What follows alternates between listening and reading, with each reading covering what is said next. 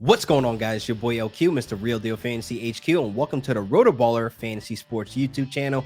Please make sure you guys like and subscribe. And today I'm going to be talking about a Rams wide receiver, Van Jefferson. Now, with the latest news that Cooper Kupp will be missing Sunday's game against the Seahawks, Van Jefferson may be looking at some wide receiver one targets. So I'm going to give you his fantasy outlook, and you guys should definitely go pick up Van Jefferson. So let's get right into the episode.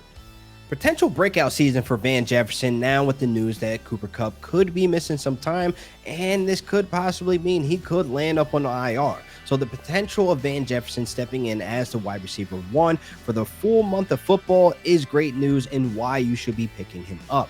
Now, Tyler Higbee will be there also competing for the number one target option in that offense, but Van Jefferson is a guy that I believe can step up into this wide receiver one role. Now, the difference from this season and last season is that he's coming into this season healthy. Last summer, he had to get knee surgery, which made him miss the first 6 games into the season, and once he came back from injury, he never really got into a groove. Now, he came back to a depleted O-line, Matthew Stafford and Cooper Kupp injured, and you got Allen Robinson injured as well.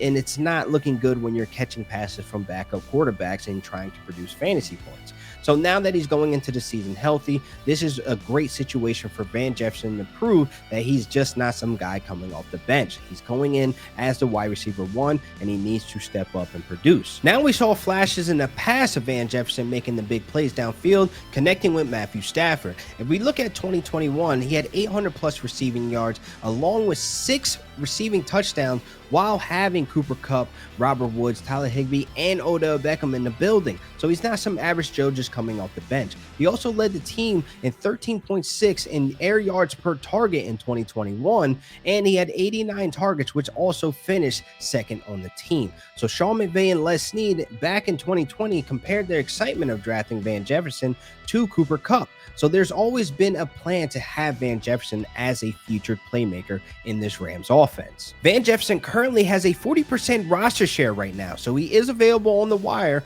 in a lot of leagues as per the Sleeper app.